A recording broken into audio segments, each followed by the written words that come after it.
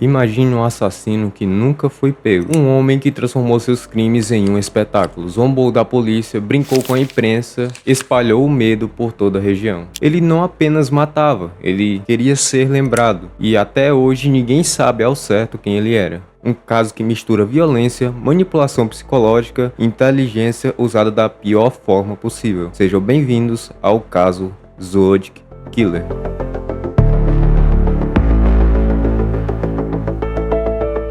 Na década de 1960, os Estados Unidos viviam em um momento de mudanças. O movimento hippie, a luta pelos direitos civis e o protesto contra a guerra no Vietnã. Era uma época de evolução cultural, mas no meio de toda essa transformação, um medo profundo tomou conta da Califórnia. Um assassino que parecia invisível, alguém que não se escondia apenas na sombra, mas que usava os próprios jornais como palco. E o mais perturbador, ele não tinha pressa. Atacava, desaparecia e depois reaparecia através de cartas que desafiavam a todos. Enquanto as pessoas olhavam para a televisão, protestando por paz e liberdade, um jogo macabro acontecia por trás dos bastidores. Um jogo entre um assassino e as autoridades. Tudo começou na noite de 20 de dezembro de 1968. Dois adolescentes, Beth Loe Jensen e David Faraday, foram encontrados mortos em seu carro, em uma estrada isolada conhecida como Laken Hammer Road. Ela apenas 16 e ele 17. Foram baleados sem chances de reação. 6 meses depois,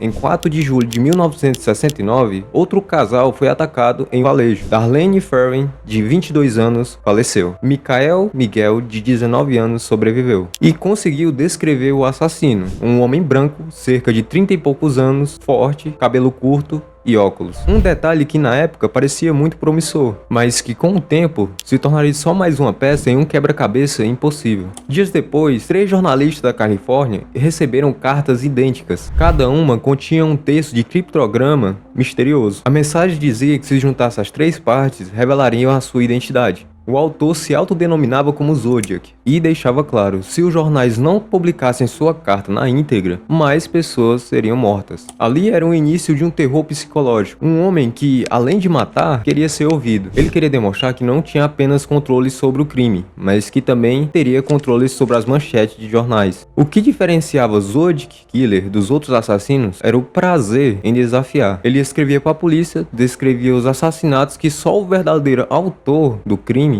poderia descrever. E ainda assassinava com símbolos bizarros. Um círculo com uma cruz parecido com a mira de uma arma. Em outubro de 1969, um assassino chamado Paul Stine foi morto em São Francisco. E para provar sua autoria, o Zodiac enviou um pedaço da blusa ensanguentada do motorista pelo correio. Além disso, o seu código criptografado em cartas intrigava especialistas. Um deles, conhecido como Z408, foi resolvido rapidamente por um casal de professores. A mensagem dizia: "Eu gosto de matar porque é divertido, porque é mais emocionante do que caçar animais." Mas o código seguinte, o Z340, permaneceu sem solução por mais de meio século. Foi por meio de 2020 que um grupo de criptógrafos independentes conseguiram decifrar a mensagem. E, como esperado, o Zodiac mais uma vez zombava. "Eu não tenho medo da pena de morte. A morte apenas me levará para o paraíso mais rápido." Cada nova carta era um espetáculo de manipulação. Uma hora ameaçava explodir um ônibus escolar,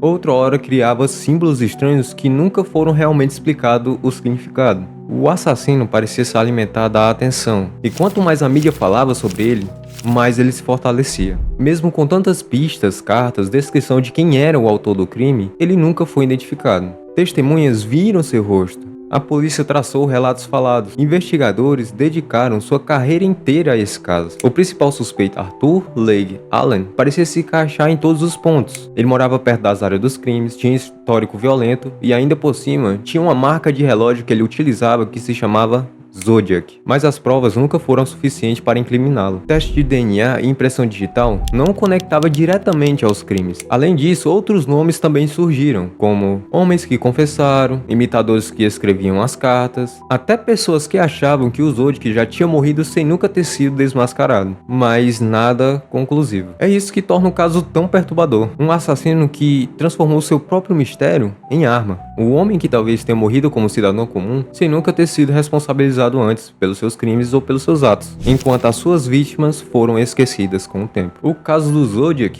continua aberto até hoje. Mais de 50 anos se passaram e as cartas ainda continuam sendo estudadas por pesquisadores e por curiosos no mundo todo. Seus símbolos, seus códigos, seus tons sarcásticos continuavam ecoando como um enigma sem solução. E talvez essa seja a sua maior vitória. Não apenas os crimes, mas a eterna sensação de ter conseguido escapar. Para alguns, isso mostra a genialidade criminosa. Para outros, sorte e falha dos policiais. O que não podemos negar é que Zodiac entendeu algo que os outros assassinos não entenderam. O medo não está apenas na morte. Está na dúvida, na sensação em que o inimigo pode estar em qualquer lugar. E essa foi a sua arma mais inteligente. E você, acredita que Zodiac foi um assassino genial, que ele não foi pego sim pela sua esperteza e não por sorte? Bem, qualquer coisa deixa aqui nos comentários, curta se gostou do vídeo ou se quer algo parecido. Eu sou Zero, e esse foi o caso de Zodiac Killer.